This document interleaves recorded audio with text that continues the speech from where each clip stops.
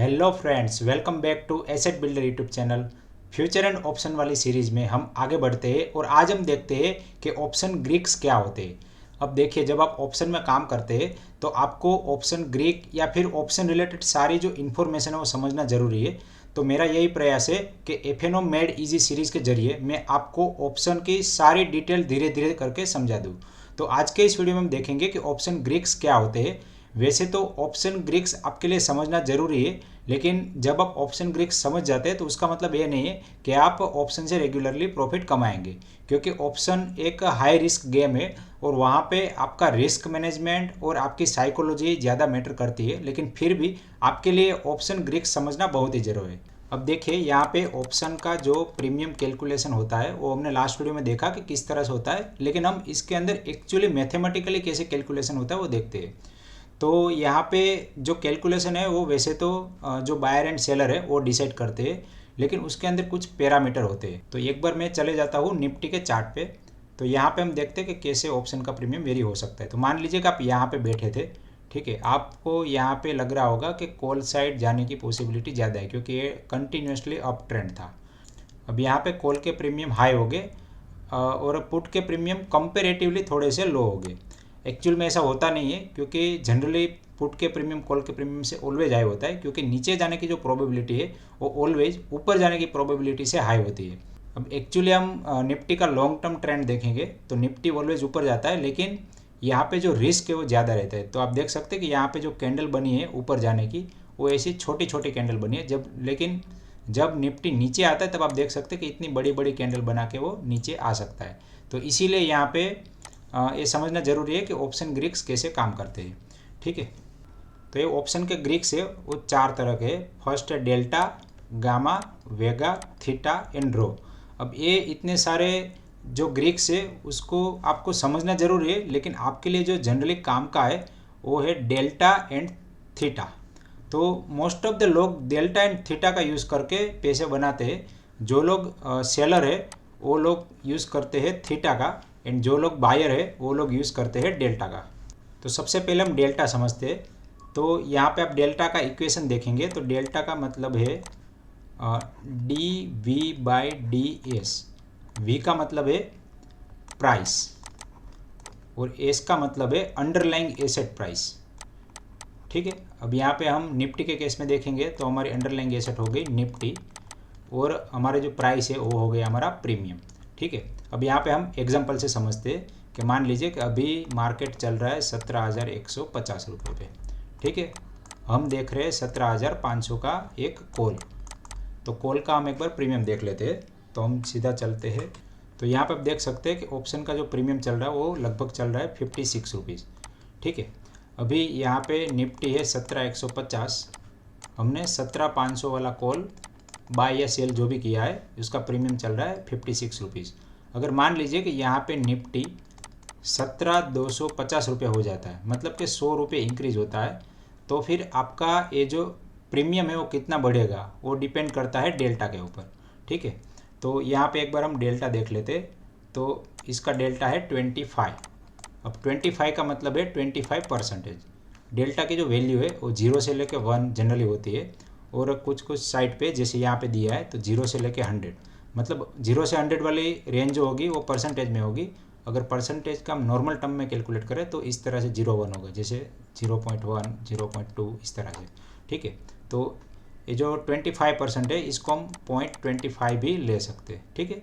तो अभी यहाँ पे हमारा निफ्टी है वो 100 पॉइंट ऊपर गया, उसको हमें मल्टीप्लाई करना है थीटा से। तो 0.25 से मैं मल्टीप्लाई करता हूँ तो 25 रुपये मेरे प्राइस बढ़ेगी प्रीमियम में। तो यहाँ पे डेल्टा की वजह से जो इन्फ्लुएंस आएगा वो प्रीमियम में 25 रुपीज़ आएगा। तो इसका मतलब है कि यहाँ पे आपका प्रीमियम हो जाएगा लगभग 80 रुपीज़, ठीक है। अभी यहाँ पे ज़रूरी नहीं है कि 17,150 से 17,250 धीरे धीरे जाएगा, ऐसे जाएगा, ऐसे जाएगा, या फिर गैप अप ओपनिंग होकर डायरेक्टली ऐसे जाएगा, ठीक है। तो ये चीज़ के ऊपर भी डिपेंड करता है कि आपका प्रीमियम कैसे वेरी होता है। तो ये चीज़ से हमारा नेक्स्ट ग्रीक डेराइव होता है जिसका नाम है गामा, ठीक है। तो गामा को इस तरह भी लिखते हैं, कुछ लोग इस तरह भी लिखते हैं। तो सिंबल मैटर नहीं करता है, आपके लिए बेसिक अंडरस्टैंडिंग ज़्यादा मैटर करती है कि इसका मतलब क्या है। तो इसका मतलब ये है कि मान लीजिए कि 17,150 से 17,500 पहुँचते पहुँचते आपका ज़रूरी नहीं है कि जो डेल्टा का वैल्यू है 25 रहेगा। अभी डेल्टा का वैल्यू 25% है, लेकिन मान लीजिए कि 2-3 दिन में ही निफ्टी है वो 17,400 के आसपास पहुंच जाता है, तो यहाँ पे जो इसका डेल्टा होगा वो माइट भी 50% हो जाएगा। ठीक है, तो यहाँ पे rate of change of delta जो है उसको हम बोलते हैं गामा। ठीक है, तो अगर हम मैथमेटिकली देखें तो गामा का जो इक्वेशन है वो इस तरह से डी बाई डी एस एक बार और डी बाई डी एस दूसरी बार, और यहाँ पे हमारा आएगा प्राइस। ठीक है, तो इसका मतलब ये है D by D S delta. तो यहाँ पे आप इस तरह से भी समझ सकते हैं कि मान लीजिए कि आपको एक बाइक चला रहे हैं जिसका स्पीड 50 था, अभी वो 50 से हो गया 100। ठीक है, यहाँ पे है किलोमीटर पर आवर। अभी आपने 1 मिनट में ही एक्सीलेटर देके 50 से आप सीधे आ गए 100 पे, तो इसका मतलब क्या हुआ कि 50 किमी पर आवर की स्पीड आपने 1 मिनट के अंदर बढ़ा दी। ठीक है, तो आपका जो एक्सेलरेशन हो गया, सेम चीज़ यहाँ पे है गामा, मतलब कि आपका जो प्रीमियम बढ़ने का एक्सेलरेशन है वो कितना है। ठीक है, तो ये चीज़ आप जब प्रैक्टिकली करेंगे तो ज़्यादा समझ में आएगा, बाकी मैंने एग्जांपल से आपको ऑलरेडी समझा दिया। अभी नेक्स्ट है वेगा। वेगा का मतलब है वोलेटिलिटी। तो मार्केट के अंदर जो वोलेटिलिटी होती है, वोलेटिलिटी की वजह से भी प्रीमियम यहाँ पे चेंज होता है। अब वोलेटिलिटी कहाँ से आती है? वोलेटिलिटी आती है अनसर्टेनिटी से। तो जैसे मान लीजिए कि आरबीआई की कोई मीटिंग है, या फिर कोई वॉर सिचुएशन हो गई, या फिर कोई इलेक्शन के रिजल्ट आने वाले हैं, तो फिर आपको मार्केट ऊपर या नीचे कितना जाएगा या फिर कौन सी स्पीड से जाएगा, वो एक अनसर्टेन इवेंट है। तो इसीलिए यहाँ पे वोलेटिलिटी बढ़ जाती है। तो वोलेटिलिटी की वजह से भी यहाँ पे प्रीमियम बहुत ज़्यादा बढ़ जाते हैं। ठीक है, तो ये वोलेटिलिटी का जो डेरिवेटिव निकल के आता है वो है वेगा। वेगा को जनरली बहुत लोग यूज़ नहीं करते, लेकिन जो ऑप्शन सेलर है, ऑप्शन सेलर वेगा का बहुत ही ज़्यादा इस्तेमाल करके अपने फेवर में ट्रेड लेते हैं। तो यहाँ पे वैसे रिस्क भी ज़्यादा है और सामने उसको रिवॉर्ड भी ज़्यादा मिलते हैं, क्योंकि यहाँ पे जो ऑप्शन के प्रीमियम है वो बहुत ही ज़्यादा बढ़ जाते हैं। तो जैसे अभी रसिया यूक्रेन का वॉर हुआ था, तो अगर आप 2000 दूर निफ्टी के पुट सेल भी करते तो भी आपको प्रीमियम अच्छा खासा मिल रहा था, जैसे 30 रुपीज़ के आसपास प्रीमियम मिल रहा था। तो यहाँ से हमें पता चलता है कि वोलेटिलिटी बहुत है, मतलब कि मार्केट माइट भी नीचे जा सकता है। तो ये वन टाइप ऑफ फियर है जो लोगों के ऊपर हावी हो जाता है। अभी हम आगे जाते हैं थीटा पे। तो थीटा जो है वो सबसे बड़ा फ्रेंड है ऑप्शन सेलर का। ठीक है, अब थीटा को हम इस तरह से समझ सकते हैं कि मान लीजिए कि आपने कोई एक ऑप्शन बाय किया है। ठीक है, मान लीजिए आपने 17,500 का ऑप्शन बाय किया है। ठीक है, अभी इसका एक्सपायरी डेट है 31 मार्च, मतलब कि नेक्स्ट वीक का एक्सपायरी डेट है। अभी यहाँ से आपका 17,150 से जो निफ्टी है वो 17,200 आ गया 2 दिन के अंदर, लेकिन एक्सपायरी में अभी 5 दिन बाकी है। तो फिर भी आपका ये जो प्रीमियम है वो मान लीजिए, मैं फॉर एग्जांपल मान लेता हूँ कि 50 रुपये चल रहा है, तो 50 रुपये से वो माइट भी 51 या फिर 50 के आसपास ही रहा होगा, क्योंकि यहाँ पे धीरे धीरे आपका डेल्टा तो इंक्रीज़ हुआ 50 पॉइंट के हिसाब से। आप अगर 25% कैलकुलेट करेंगे तो वो तो इंक्रीज़ हुआ, लेकिन सामने आपका जो थीटा था वो डिक्रीज़ हो गया। तो थीटा का आप अगर ग्राफ देखेंगे तो थीटा का ग्राफ ऐसे बनता है, जैसे जैसे एक्सपायरी नज़दीक आती है थीटा डिक्रीज़ हो जाता है। ठीक है, तो यहाँ पे जो ऑप्शन का प्रीमियम है वो प्रीमियम आपका डेल्टा, फिर थीटा, वेगा, गामा एन रो, ये सारे से डेराइव होके बनता है। अब ये सारे डेराइव्ड वैल्यू है, लेकिन जब आप एनएससी की वेबसाइट से डेटा डाउनलोड करते हैं तो आपको इनमें से कोई भी पैरामीटर नहीं मिलते हैं, ये सारे पैरामीटर कैलकुलेट किए जाते हैं। अभी ये सारी चीज़ समझना इसीलिए ज़रूरी है क्योंकि जब भी आप कुछ ऑप्शन रिलेटेड वीडियो देखेंगे तो वहाँ पे लोग डेल्टा, थीटा इसकी बात करेंगे कि मैं जनरली 15% डेल्टा वाले दोनों साइड के कॉल पुट सेल कर देता हूँ। अभी कोई ऑप्शन बायर है तो जनरली बात करते हैं कि मैं जनरली 40% से लेके 50% डेल्टा वाले ऑप्शन की स्ट्राइक प्राइस सिलेक्ट करता हूँ ऑप्शन बाइंग के लिए। तो वो क्यों करते हैं? क्योंकि यहाँ पे ये जो प्रोबेबिलिटी है उनके फेवर में आ जाती है। तो एक बार हम डेल्टा का थोड़ा डीप डाउन स्टडी कर लेते हैं।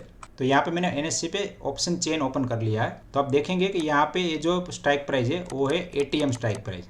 ठीक है, अभी यहाँ पे हम पुट साइड जाएंगे तो पुट साइड ये है ओटीएम स्ट्राइक प्राइस और ये है call side OTM strike price.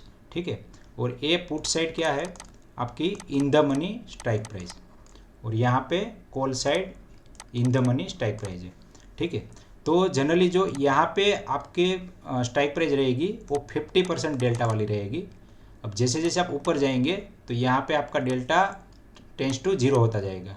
ठीक है, और जैसे जैसे आप इस साइड जाएंगे तो आपका डेल्टा हो जाएगा 100%। तो इसका मतलब ये है, तो मान लीजिए कि ये वाला 18300 वाला पुट है। ठीक है, तो निफ्टी की 18300 से नीचे रहने की प्रोबेबिलिटी जो है वो लगभग 100% रहेगी। ठीक है, तो कितना डीप इन द मनी जाना है और कितना far out of the money जाना है वो आप डेल्टा से डिसाइड कर सकते हैं और वहाँ से आप प्रोबेबिलिटी भी निकाल सकते हैं। ठीक है, तो अगर मान लीजिए कि आपको श्योर शॉट प्रॉफिट कमाना है तो आप 5% डेल्टा वाले जो स्ट्राइक प्राइस मिल रही है तो ऊपर 5% पकड़िए, नीचे 5% पकड़िए, वो आप सेल कर सकते हैं और वहाँ से आप प्रीमियम कमा सकते हैं। ठीक है, तो ये जनरली जो 5% डेल्टा वाले होंगे वो आपके 0 हो जाएंगे। ठीक है, तो इस तरह से ये चीज़ें काम करती है। और यहाँ पे मैंने आपको एक चीज़ बताई थी कि मान लीजिए कि ये पुट्स का जो डेल्टा होगा वो इस तरह से होगा और जो कॉल का डेल्टा होगा वो इस तरह से होगा। तो अल्टीमेटली ये जो चार्ट बनेगा डेल्टा का वो आपका ये जो बेल कर्व मैंने आपको दिखाया था वो बेल कर्व के हिसाब से ही चार्ट बनेगा। ठीक है, तो क्योंकि अल्टीमेटली ये प्रोबेबिलिटी है तो बेल कर्व का जो मेन जो कर्व आपको मिलेगा एग्जैक्ट बेल कर्व वो आपको डेल्टा का कर्व मिलेगा। तो जो लोग ऑप्शन में काम करते हैं उनको समझ लेना ज़रूरी है कि उनको डेल्टा के साथ काम करना है या फिर थीटा के साथ, या फिर दोनों अपने फेवर में काम करवाने हैं। तो जो लोग थीटा के साथ काम करते हैं वो generally far OTM put and call sell करते हैं।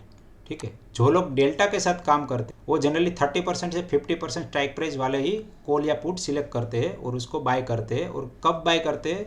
जब उनको लगता है कि डेल्टा अचानक से इंक्रीज हो रहा है। आशा करता हूँ कि ऑप्शन ग्रीक के बारे में मैंने जो समझाने की कोशिश की है वो आपको समझ में आ गया होगा। अगर आपको मेरे वीडियो पसंद आ रहे हैं तो प्लीज़ वीडियो को लाइक करिए और मेरे चैनल को सब्सक्राइब करिए।